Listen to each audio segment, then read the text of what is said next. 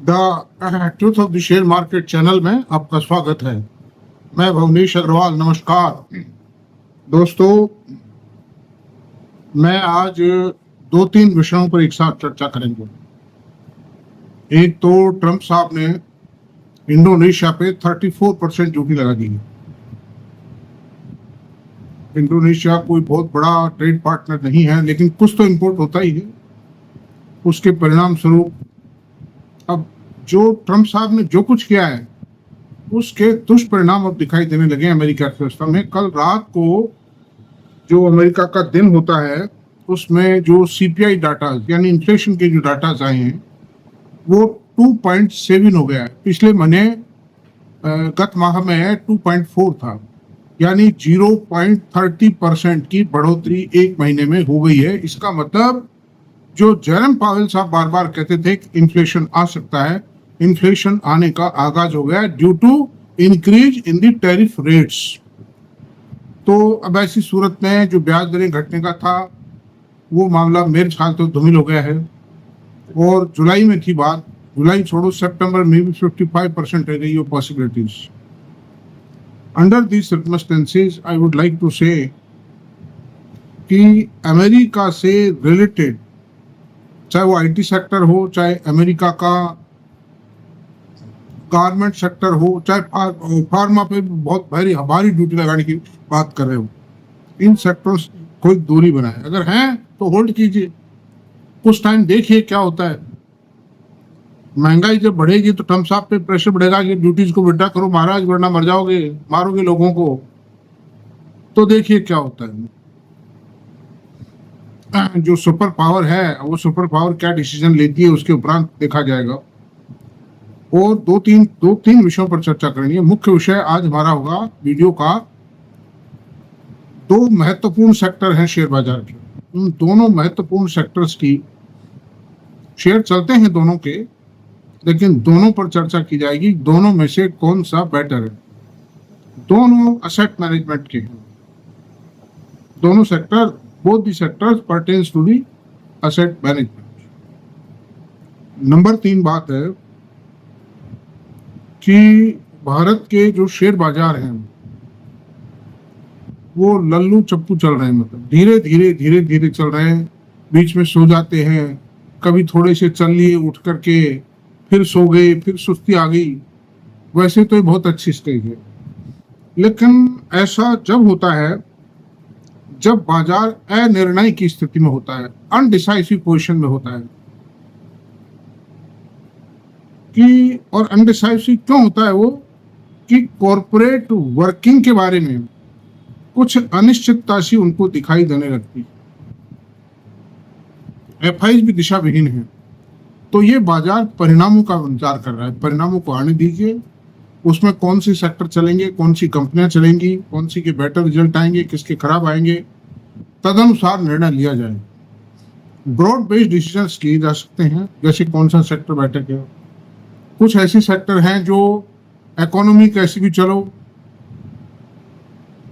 सरकार की पॉलिसी कुछ भी हो, लेकिन वो शेयर चलते ही चलते हैं। जैसे रिलायंस का शेयर है, एल&टी का शेयर है, एचडीएफसी बैंक है।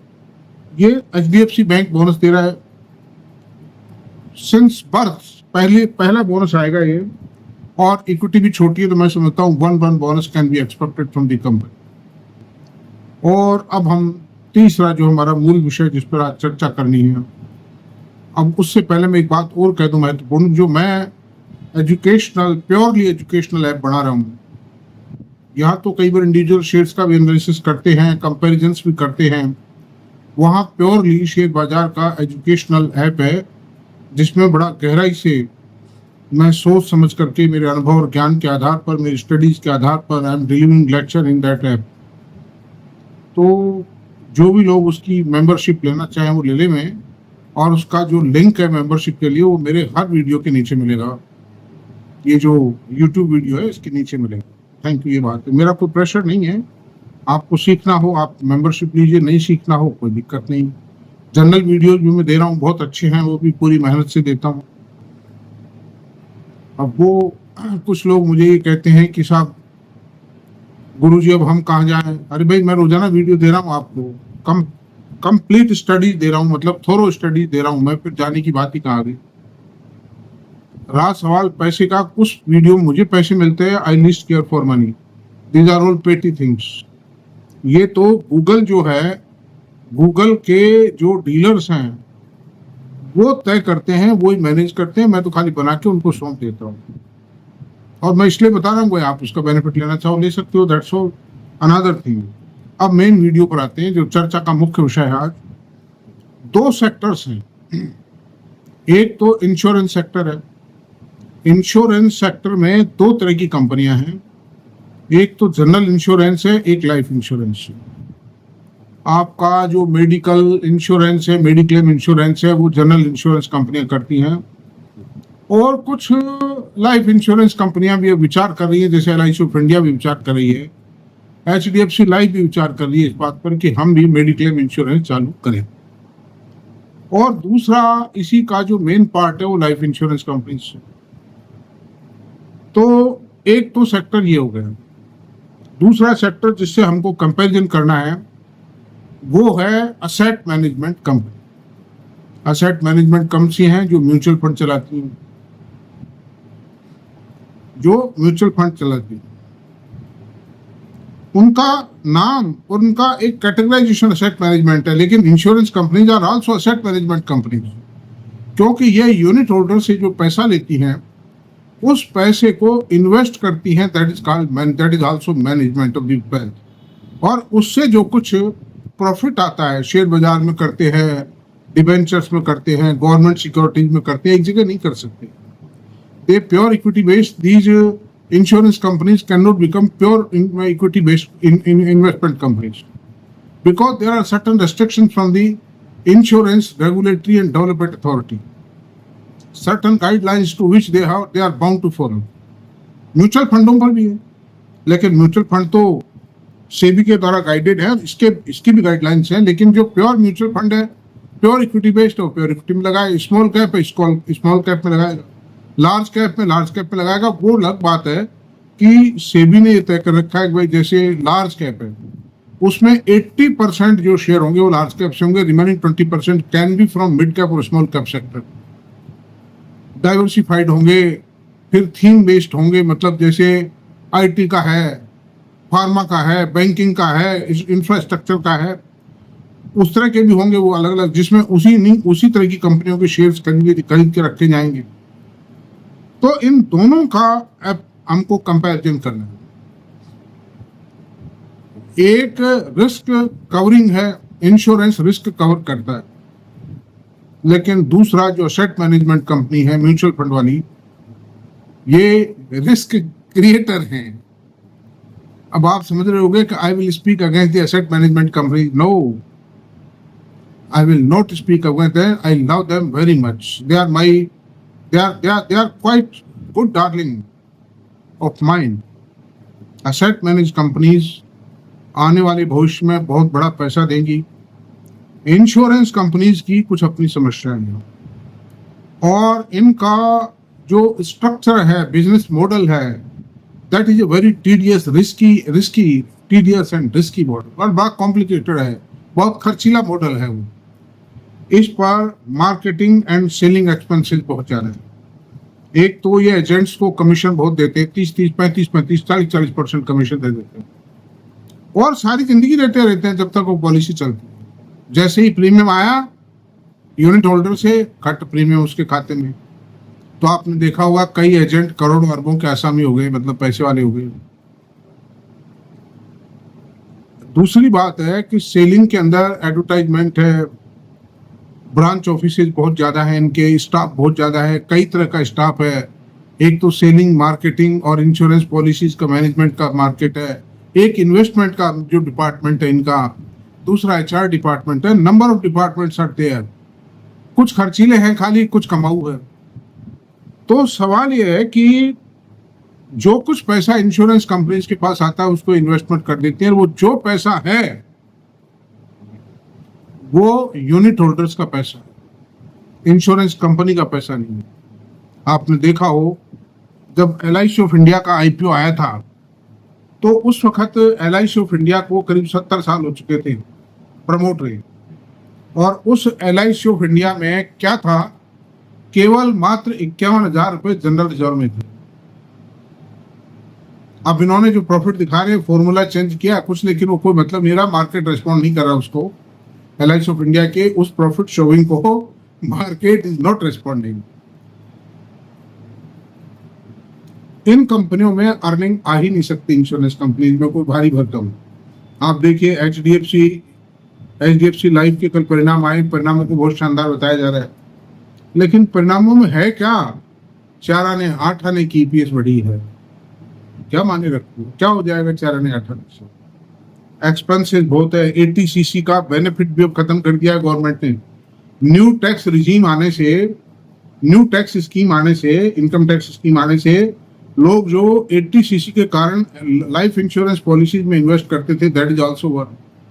अब पेंशन फंडों में आप कर सकते हो इन्वेस्टमेंट, लेकिन पेंशन फंड तो म्यूचुअल फंड भी चलाते हैं।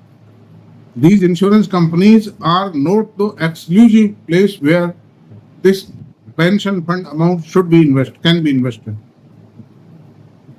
दूसरी बात है, रिस्क फैक्टर बहुत ज्यादा है। कहीं कोई इंसिडेंट हो गया, चाहे वो जनरल इंश्योरेंस हो चाहे लाइफ इंश्योरेंस हो, दे हैव टू पे। जो सम अश्योर्ड है उसका पेमेंट इनको करना पड़ेगा, they are bound to make the payment. Corona काल में ये कंपनियां बहुत बुरी तरह दब गई थी, नुकसान हुए, लाइफ बहुत गई, बहुत डेथ हुई, मतलब तो दे हैड टू पे। अब थोड़ा सा उभर के आई है, लेकिन उभर के भी क्या आई, कोई खास बात नहीं है। आज लाइफ इंश्योर जो HDFC लाइफ है, लाइफ इंश्योरेंस कॉर्पोरेशन है, SBI लाइफ है, इनके IPOs का कितना टाइम हो गया है, और नाम भी बड़े बड़े मोटे मोटे नाम लिए जाते हैं, लेकिन इसमें एप्रिसिएशन कितना आया, कुछ भी नहीं आया एप्रिसिएशन। मुश्किल से 5-7 साल में 50-60% का एप्रिसिएशन आया है, तो that is not accountable, that is not countable.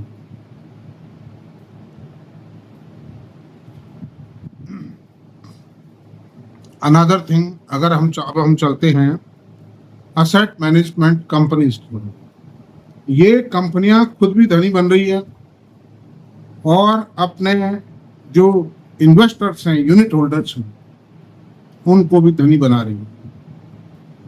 आज आप एक लाइफ इंश्योरेंस पॉलिसी लेंगे, उस पर आपको बोनस जो डिक्लेयर करती है इंश्योरेंस कंपनी, वो कर दिया साहब को 70% बोनस डिक्लेयर कर दिया, लेकिन वो 100 पर 70 नहीं है, 1000 पर 70 है, वो 7%, 6%, 5%, क्या आया, कुछ भी नहीं आया।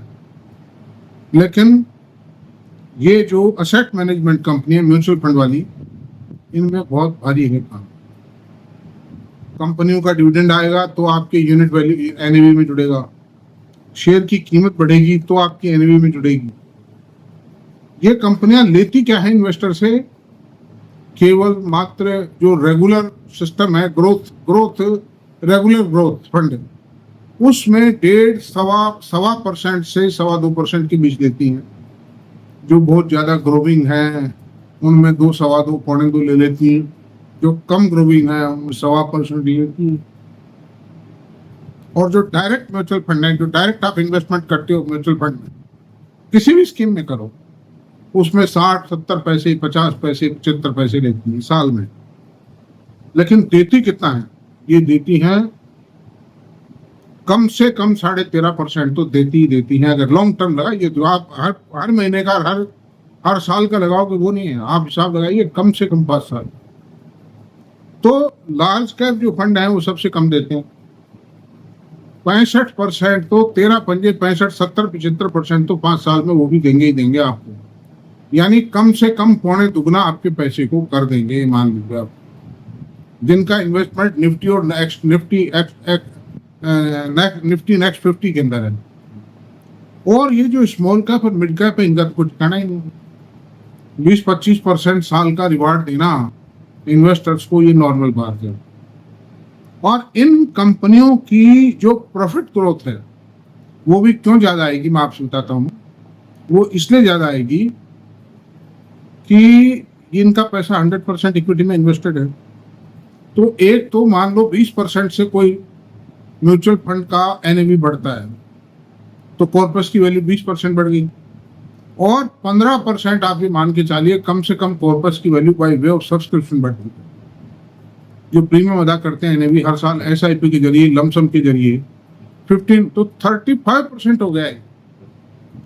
आप इसको और डिस्काउंट कर लीजिए, तेजी मंदी को मिलाकर के एवरेज कर लीजिए 25%, तो 25% एनुअल ग्रोथ आएगी, जिसके ऊपर ये लेंगे कितना आपसे, कितना पैसा लेंगे दोस्तों, एवरेज 1% लेंगे। तो हर साल 25% की बढ़ता आगे नहीं जो लेते हैं उसमें, तो प्रॉफिट भी 25% बढ़ गया, तो शेयर बढ़ेगा 30-40% कम से कम। और इंश्योरेंस कंपनीज के साथ माइनस पॉइंट यही है कि इनका एक तो इन्वेस्टमेंट सारा म्यूचुअल फंड में नहीं है, एक इक्विटी में नहीं है, ये डेट में भी करते हैं, गवर्नमेंट सिक्योरिटीज में भी करते हैं, बॉन्ड्स में भी करते हैं, कैपिटल बॉन्ड्स में भी करते हैं, इस तरह से। इसलिए इनका प्रॉफिट ज्यादा नहीं है, खर्चे बहुत ज्यादा है और बहुत लॉन्ग टर्म स्ट्रेटेजी है। मैं तो लाइफ इंश्योरेंस और ये जनरल इंश्योरेंस तो कराना पड़ता है कुछ मामलों में, बाकी लाइफ इंश्योरेंस की तो एक पॉलिसी ले लीजिए बस, लाइफ सेविंग के लिए। भाई कल को कोई भी भगवान ना करे कोई रिस्क हो जाए तो उस हालत के अंदर थोड़ा बहुत परिवार को सहारा मिल जाए। अदरवाइज तो insurance is not a investment. ये तो गाँव के जो अनपढ़ लोग थे, नासमझ लोग थे, जो दफ्तरों के बाबू लोग थे, मैट्रिक पास थे और कोई कैलकुलेशन नहीं जानते थे, ये कहते थे साहब इस नाम में बचत हो जाती है हमारी, तो मैं उनसे कहा करता था म्यूचुअल फंडों में लगाओ, बचत तो वहां भी हो रही है। लेकिन उनकी उस समय समझ में नहीं बैठी, अब थोड़ा थोड़ा उनकी समझ में बैठने लगी है। और परिणाम यह है कि म्यूचुअल फंड्स में हर महीने 25,000 करोड़ की, 27,000 करोड़ की एसआईपी आ रही है, और जो लमसम पैसा लगता है वो कम से कम 30-40,000 करोड़ रुपए पर मंथ है वो भी। तो इस तरह से 70,000 रुपये महीने से 12 बेहतर 12-7-84 8-9 लाख करोड़ रुपया हर साल देश के म्यूचुअल फंडों में इकट्ठा हो रहा है। उनकी जो वैल्यू बढ़ रही है बाय वे ऑफ एनएवी वो अलग है। इस तरह से 15-20 लाख करोड़ रुपया साल अगर म्यूचुअल फंडों की वेल्थ बढ़ेगी तो आप पैसा आपका है, पार्टनर आपको खाली वो तो मैनेज कर रहे हैं दे उनका। इसके अलावा 1 सवा रुपया सैकड़ा, 1.5 रुपया सैकड़ा जो लेते हैं, इसके अलावा कोई वास्ता नहीं किसी भी चीज। सब कुछ आपका है, डिविडेंड आपका है, बोनस आपका है, राइट आपका है, स्प्लिट आपका है, सब कुछ आपका है। इंश्योरेंस कंपनीज में क्या मिलेगा आपको? कुछ नहीं मिलेगा। तो अंडर दीज सर्कमस्टेंसेज अब आप बताइए कि HDFC असेट मैनेजमेंट कंपनी का शेयर 5300 रुपये हो गया, 5 पेड अप शेयर है। अगर 10 पेड अप लगाओ तो 10,600 रुपये होता है। 125 करोड़ की पेड अप इक्विटी है उसे। निप्पन लाइफ, ये रिलायंस अनिल अंबानी ग्रुप की कंपनी थी जिसमें ये पार्टनर थे, म्यूचुअल फंड मैनेजमेंट थे, म्यूचुअल फंड का मैनेजमेंट इनके हाथ में था, तो उसको ये मैनेज कर रहे थे। फिर वो जब कंपनियां अनिल अंबानी ग्रुप जब खत्म हो गया तो इन्होंने उस कंपनी को खरीद ली, उसको मैनेज कर रहे हैं, शानदार डिविडेंड देते हैं, शानदार ग्रोथ है। 850 रुपये शेयर हो गया, अभी थोड़े टाइम पहले 550 रुपये था। दूसरी बात है UTI asset management company, Aditya Birla, ये सब शानदार है। आदित्य बिरला फिर भी थोड़ा ढीला है, क्योंकि management right from the beginning by nature by heredity ढीला है। वो सेठों की कंपनी है, पुराने सेठ हैं, बहुत धीरे चलते हैं, जो मुनीम प्यारे हैं, जो उनको भी खिंचाई नहीं करते हैं, उनके को टारगेट सख्ती से फिक्स नहीं करते हैं, उनको चल रहे हैं सेठ जी, हो रहा है काम। तो मैंने आपको मेरिट डिमेरिट दोनों की बताई हैं, और इनमें ग्रोथ बहुत ज्यादा होगी। एसेट मैनेज कंपनी बहुत पैसा आएगा। आप देखिए आज की तारीख में 7 चौक 28 7 पंजे 35 देश की 20% इक्विटी यानी 20% मार्केट कैप के मालिक ये म्यूचुअल फंड है। 74 लाख करोड़ रुपया, 4.5 लाख करोड़ का टोटल मार्केट कैप है इंडिया का, उसमें 74,000 भाग दे लीजिए, 7 पंजे 35 7 छिंग 42 17-18% होता है। और आने वाले 3-4 सालों में कहीं का कहीं हो जाएगा। तो ऐसी सूरत में दोस्तों आप इस बात को विचार करें गंभीरता से, मैंने जो बातें बताई हैं, और आप इनकी परफॉर्मेंस को भी, जो ये स्क्रीनर है मनी कंट्रोल डॉट के, उसे खोल करके कंपेयर करें इंश्योरेंस कंपनीज की ग्रोथ को और इन जो एनएबी ये जो असेट मैनेजमेंट कंपनी जो म्यूचुअल फंड वाली, इनको दोनों को कंपेयर करें and then decide which is good. TV वाले कुछ भी कहें, उनको चैनल चलाना है, लेकिन पैसा आपका है। आपको तो प्रयास ये करना है ना, ज्यादा से ज्यादा अपने पैसे पे कमाया जाए पैसा इन्वेस्ट करके। तो invest the money there where the return rate is higher. जो कंपनी ज्यादा कमाएगी वो ज्यादा देगी आपको। तो ऐसी सूरत में asset management companies are better, के shares are better than insurance company shares. That's all, thank you very much. अगर पसंद आया तो सब्सक्राइब कर दें प्लीज।